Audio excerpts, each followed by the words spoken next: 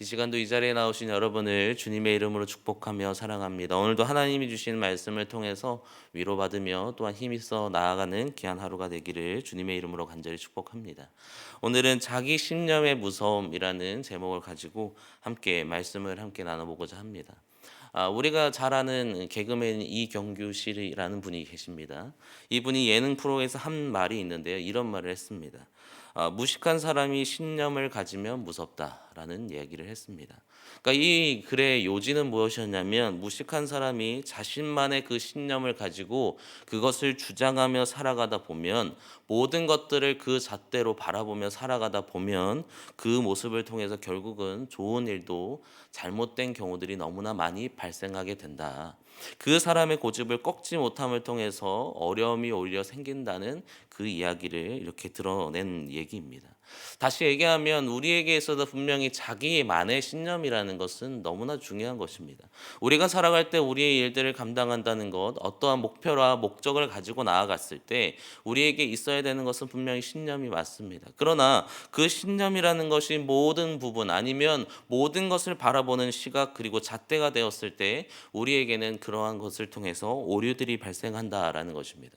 오늘 우리는 계속해서 욥을 바라보고 있습니다. 욥에게는 어려움이 주어졌고요. 고난과 핍박이 그에게 주어집니다. 심지어 그의 가족도 다 없어졌지만 그의 재산도 다 없어졌지만 친구인 그들도 와서 욥에게 하는 말들이 오늘 우리가 바라보고 있는 5장의 얘기입니다. 우리가 잘 아는 것처럼 5장에 있는 대만 사람 엘리바스가 등장합니다. 이 엘리바스의 얘기를 우리가 잘 듣다 보면 그가 가지고 있는 신념들에 대해서 드러내고 있습니다. 물론 엘리바스가 가지고 있는 얘기하는 이 내용들이 다 잘못됐다라고 보기는 힘들 것 같습니다. 그는 분명히 얘기하죠. 하나님을 위해 살아가는 자에게 하나님은 저주하지 않으신다. 하나님께서 주시는 징계를 가지고 그 징계를 온전히 받아들이는 사람은 분명히 하나님의 회복이 주어질 것이다라는 얘기를 합니다. 물론 엘리바스의 말이 잘못된 것이 아니라 어찌 보면 바른 말이죠. 그러면서 5장 1절에 가서 보면 이렇게 얘기합니다. 너는 부르짖어 보라. 내게 응답할 자가 있겠느냐? 거룩한 자 중에 내가 누구에게로 향하겠느냐? 욥에 대한 이야기가 뭐냐면 너가 아무리 부르짖는다 할지라도 그것을 들을 자가 누가 있겠느냐?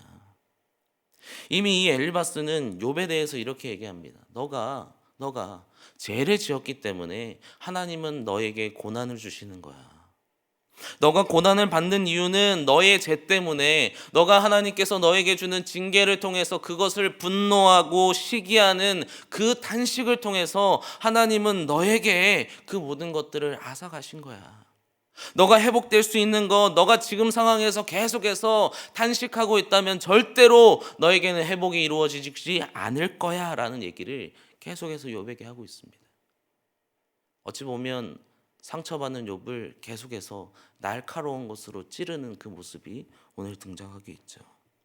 결국 엘리바스의 얘기는 무엇입니까? 물론 이 엘리바스의 얘기가 다 잘못된 것이 아니라고 선행적으로 말씀드렸듯 하나님의 말씀으로 하나님이 원하시는 삶을 살아가야 되는 것 우리에게 분명히 중요한 일입니다. 그러나 욥에게 있어서는 똑같은 잣대가 주어질 수 있는 상황은 아니었다라는 것입니다. 우리가 잘 아는 욥이라는 사람은 어떤 사람이었습니까?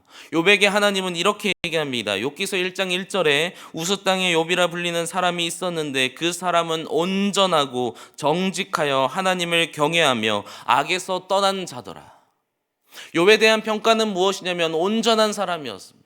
하나님 앞에서 바르게 살아갔고 하나님의 일들을 위해서라면 모든 것을 다 내어주는 것이 욥이었습니다. 심지어 욥의 자녀들이 잔치를 벌여서 그들이 혹여나 잘못된 일을 할까봐 이 모든 잔치를 벌이고 끝나면 그들을 불러다가 성결하게 하고요. 또한 그곳에서 번제를 드림을 통해서 혹여나 죄를 지었을까 그 모든 것들을 했던 사람이 바로 이 욥이라는 거죠. 그러니까 엘리바스가 얘기하는 죄의 결과의 고난이라는 것이 욥에게는 같이 포함되는 내용이 아니었습니다. 결국 욥이라는 사람이 시험을 받을 수밖에 없었던 것은 하나님의 일을 위해서 하나님이 신실한 자는 이렇게 살아간다.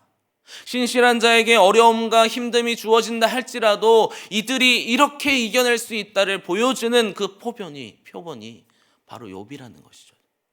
그래서 오늘 이 엘리바스는 자신의 신념을 가지고 계속해서 찌릅니다. 너의 죄를 통해서 모든 것이 다 무너졌어. 그러나 하나님은 하나님의 일을 위해, 하나님의 계획을 위해 우리에게 때로는 고난을 주시기도 합니다. 우리가 잘 아는 한 사람이 있습니다. 스데반이라는 사람이죠. 스데반 역시 하나님을 위해 일하던 사람입니다. 그에 대한 평가가 무엇입니까? 사도행전 6장 5절에 가서 보면 믿음과 성령이 충만한 사람 스데반이라고 얘기하죠. 믿음과 성령이 충만했습니다. 그는 하나님 안에 온전하고 신실한 사람이었는데도 불구하고 수많은 사람들이 그의 말을 듣고 찔려요. 그러니까 그를 어떻게 합니까? 돌을 쳐서 그를 죽게 하죠. 사도행전 7장 59절에 그들이 돌로 스데반을 치니 라고 얘기합니다. 결국 스데반 역시도 그에게 있어서 중요한 것은 하나님의 계획을 위한, 계획이 이루어지는 것에 하나님은 스데반을 사용하셨습니다. 마찬가지로 욥도 그렇습니다. 하나님은 하나님의 일을 위해서 욥을 고난을 주셨고, 하나님의 믿음의 사람이 어떻게 살아가며 어떻게 반응하는 것인가를 우리에게 알려주기를 원하셨듯, 사실 욥에게 있는 고난은 하나님의 계획과 섭리 가운데 이루어지는 은혜였다라는 것입니다. 그러므로 오늘 우리가 바라보고 있는 이 엘리바스와 같은 자기 신념에 빠져서 내가 원하는 대로, 아니 내 것이 다 맞다라고 생각하는 그 잣대를 버릴 수 있는 은혜가 오늘 우리에게 있기를 주님의 이름으로 소망합니다. 스데반의 죽음은 결국 사마리아와 온 땅까지 이르러 오늘 우리에게도 복음이 전달되었듯 하나님의 인도하심은 분명히 다르다는 것입니다. 우리는 가끔 우리의 체험적인 신앙, 그리고 우리가 해석적인 신앙을 가지고 하나님을 바라볼 때가 있습니다. 그리고 우리 안에 있는 주변의 사람들을 바라볼 때 나는 이랬으니까, 내가 이렇게 체험했는데 이게 맞는 거야 라고 얘기하는 우리의 것들을 자꾸만 주장할 때가 많습니다. 근데 하나님이 원하시는 것은 하나님의 방법과 하나님의 시각이지 나의 체험이나 나의 해석적 방법을 원하시지는 않습니다. 우리는 살아가면서 수많은 사람들과 관계를 맺습니다. 때로는 즐거운 날도 맺지만 슬픈 일도 우리에게 생기고요. 그러다 보면 우리가 신앙인으로 같이 신앙하다 보면, 살아가다 보면 어떤 사람의 고난과 어려움이 주어졌을 때 그들에게 주어진 고난을 우리가 판단할 때가 있습니다. 야, 지난번에 교회 나와야 되는데 안 나와서 그런 거 아니야. 물론 교회는 잘 다니셔야 됩니다. 그러나 그것이 꼭 죄로 인한 결과는 아닐 수 있다는 것입니다. 우리는 지난 주일에 VIP들을 초청했습니다. 그리고 그들이 교회에 왔죠. 우리가 즐거움을 함께 나눴습니다. 그래서 그들에게 우리 선물도 주고 환영도 했습니다. 그럼 돌아오는 주일에 그들이 다 나오나요? 안 오나요? 올 것을 믿으며 우린 나아갑니다. 그러나 안 올 수 있죠. 안 왔어요. 근데 우리는 계속해서 관계를 맺고 살아가니까 그들에게 어려움이 생겼습니다. 그러면 대번 우리가 하는 얘기가 뭐냐면, 교회 와서 받을 거 다 받고 오라니까 안 오니까 그렇지.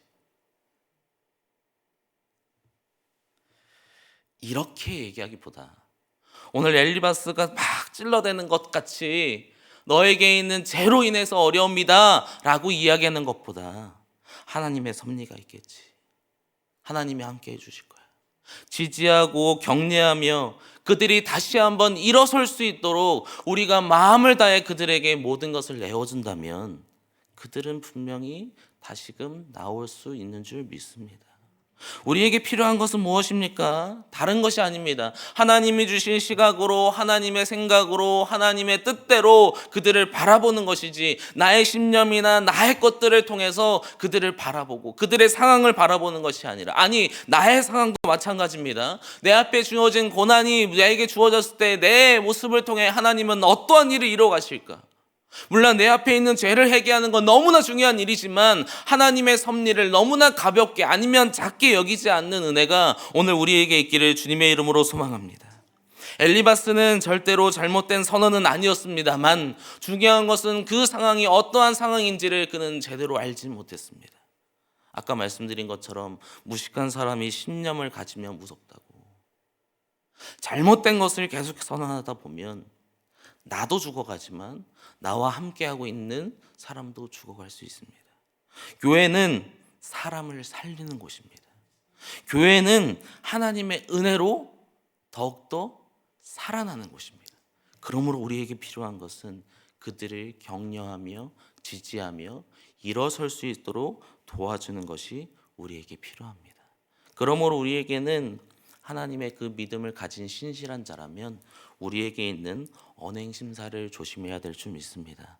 날마다 좋은 언어, 날마다 격려하며 지지하는 언어, 날마다 은혜를 갈구하는 언어, 날마다 축복하는 그 언어들이 우리를 통해서 온전히 흘러나감을 통해서 그리스도의 향기가 날마다 풍겨나는 은혜가 있기를 주님의 이름으로 소망합니다. 말씀을 정리하겠습니다. 오늘 우리가 바라보는 엘리바스는 자신의 신념에 갇혀 있었습니다. 하나님의 그 뜻이나 하나님의 생각이나 하나님의 섭리는 생각하지 않은 채 다른 사람에게 자신의 생각을 주입하였고, 체험적인 신앙을 통해서 이것이 맞다라고 주장함을 통해서 욥은 굉장히 힘들었습니다. 마음이 무너지고 너무나 힘든 가운데 있지만 결국 하나님은 그 욥에게 하나님의 섭리를 보여주셨듯 우리에게도 하나님이 주시는 그 은혜대로 우리가 하나님의 뜻과 하나님의 방법과 하나님의 시각으로 모든 사람을 바라볼 수 있기를 주님의 이름으로 축복합니다. 또한 우리가 있는 모든 곳에서 힘들어하고 있는 그들을 위해 위로하며 격려하며 지지하며 묵묵히 그들과 함께함을 통하여서 하나님의 일이 이루어짐을 함께 발견하며 묵도하며 즐거움을 누리는 하루가 되시어서 오늘 다 있는 그 모든 자리에서 하나님의 지시하심을 느끼시고 또한 그것을 전하시는 귀한 은혜가 오늘 하루 있기를 주님의 이름으로 간절히 소망합니다. 함께 기도하겠습니다.